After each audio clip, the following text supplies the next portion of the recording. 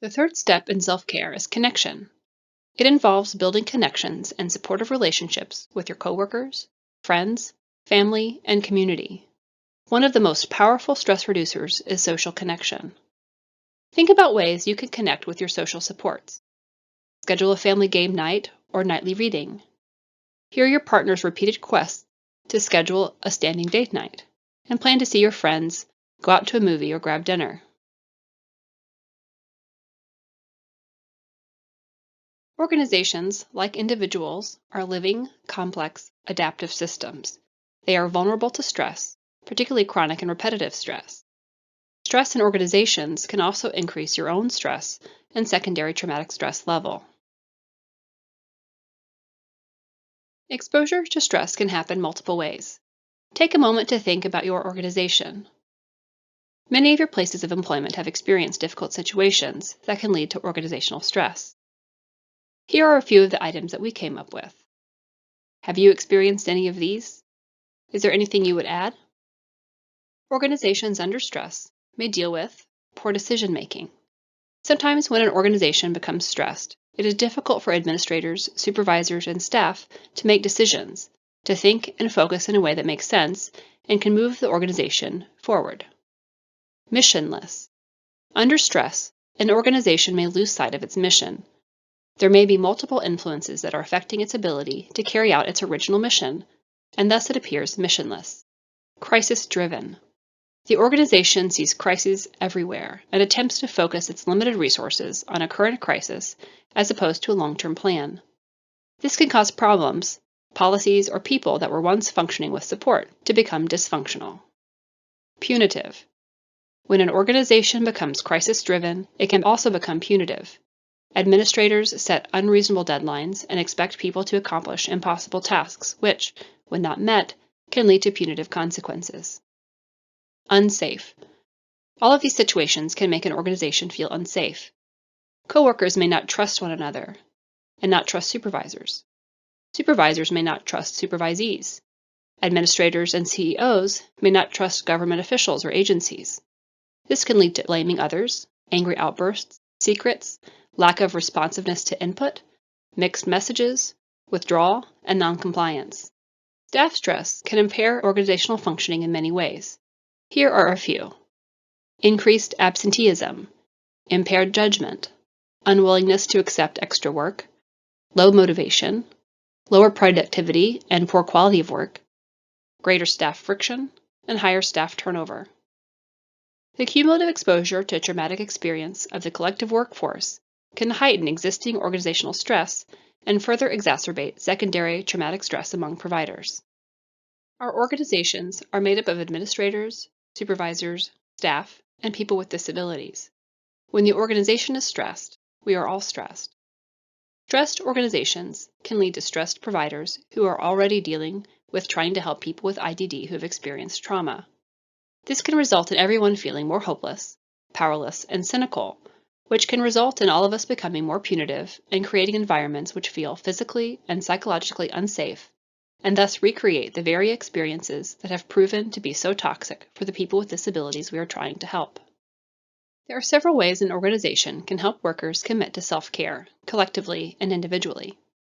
You may think this doesn't apply to you because you're not in an administrative or management position in your organization. However, you still might have an opportunity to effect change at the organizational level by making suggestions and recommendations to supervisors and management. A critical piece of building organizational support is building a sense of safety and empowerment. When individuals feel safe and empowered, they are far more amenable to change and able to deal with difficulty. Having the support of the entire community, including peers and supervisors, helps everyone to do their jobs better and cope with stress. It is important to share in both successes and shortcomings together. Another step to reduce stress in an organization is to provide regular supervision. Supervision should be scheduled regularly to deal with disciplinary issues, explain new policies, or deal with crisis.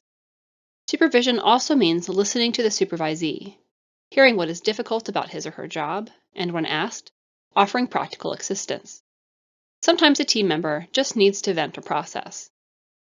Reflective supervision is the regular collaborative reflection between a service provider, clinical or other, and a supervisor that builds on the supervisee's use of her thoughts, feelings, and values within a service encounter.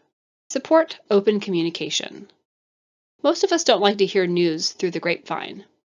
To the degree possible, all team members should attempt to communicate as directly and clearly as possible. Hold multidisciplinary team meetings. There is often great wisdom in collective planning and problem solving. When we all try something together, then no one of us is totally responsible for its success or failure. Sharing responsibility can decrease stress and increase connectivity. Destigmatize providers' personal reactions to the work and prioritize self-care as a necessary part of treatment planning and workplace expectations. Agencies should facilitate team approaches to working with trauma. This increases chances that other people will see problems in colleagues and increases opportunities for obtaining support. Provide mentoring to new professionals. Remember your first days on the job? For some of you, it was likely new and exciting, but there also might have been some anxiety or nerves due to the challenges you would face. Pair newer staff with seasoned staff who can share the ways they have dealt with difficult situations. Sharing in the new staff member's perspective can renew a seasoned staff member's energy and interest. Support continuing education. As budgets are cut, it is hard to find training dollars, but there are some free trainings on the internet or in the community. Try to support continuing education for staff.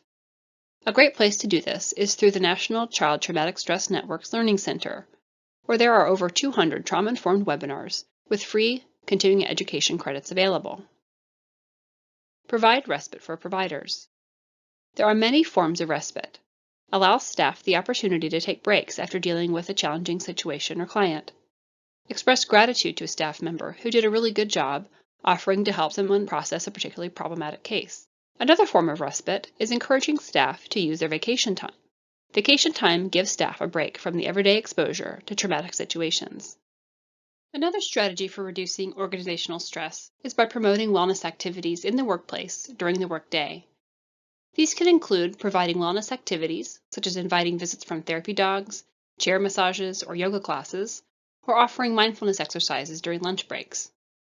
Supporting staff celebrations, such as anniversaries, birthdays, and accomplishments big and small, help to increase feelings of gratitude and appreciation, build personal connections, and reduce feelings of hopelessness and isolation. Providing wellness activities in the workplace communicates to everyone the value and importance of self-care. We hope that if you aren't already practicing regular self-care, and let's face it, most of us probably aren't taking as much time for ourselves as we should, that this will be just the beginning of your self-care journey. There are many resources available to encourage and promote self-care. Here are a few additional resources that you can use as you begin discovering the optimal way to recognize your stress and take care of yourself. As a recap, let's review the essential message that we just discussed in Module 6. Essential Message 10. Practice ongoing self-care in order to increase effectiveness in delivering high-quality support, services, and treatment. Here are some things that you, as a provider, can do to address the concepts that we just discussed in Module 6. Identify potential sources, warning signs, and effects of secondary traumatic stress and organizational stress.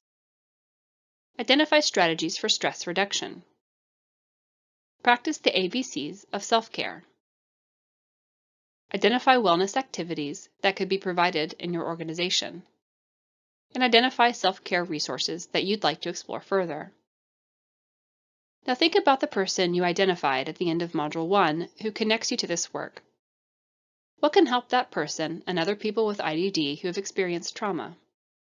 Let's take a few minutes to think about what you can do specifically in your role and at your organization to address any one of these points. You'll now complete Action Planning Essential Message 10. This is your opportunity to think about how you're going to implement the ideas that we just discussed in Module 6 into your daily practice as soon as you get back to your office.